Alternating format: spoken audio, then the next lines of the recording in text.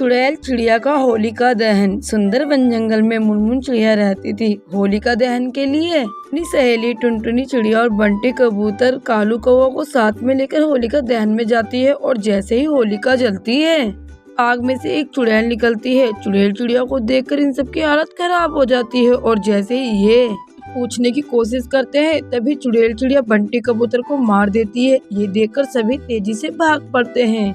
बंटी कबूतर अपनी पक्षियों की मंडली को हमेशा के लिए अलविदा कह देता है। फिर मुनमुन और टुनटुनी कालू कौवा जंगल में ये बात सभी को बताते हैं। फिर तोते महाराज कहते हैं, अरे बिना होलिका दहन के हम होली कैसे खेलेंगे? ऐसी कोई बात नहीं है, चलो मैं चलता हूँ तुम्हारे साथ।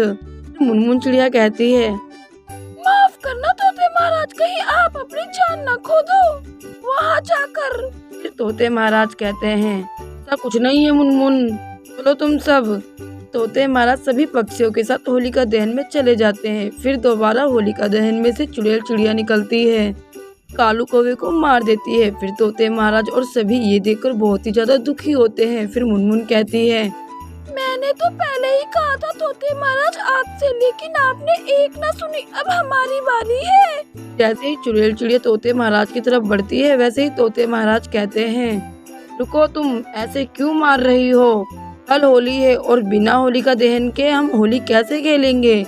तो चुड़ैल चिड़िया अपनी पूरी कहानी विस्तार से बताती है। बोलती है, मैं भी इसी आस में तुम्हारी तरह होलिका दहन में आई थी। बिना होलिका दहन के होली नहीं बनती, इसलिए होलिका दहन के दिन में होलिका दहन में आई थी। और उस दिन जंगल के कुछ चिड़ों ने मेरे साथ बदतमीजी की और मैंने थोड़ा अपने बचाव के लिए शोर किया, तो उन्होंने मुझे नशे में होलिका दहन के अंदर जबरदस्ती उठाकर डाल दिया और उसमें जलकर मेरी मृत्यु हो गई और मैं चुड़ैल बन गई।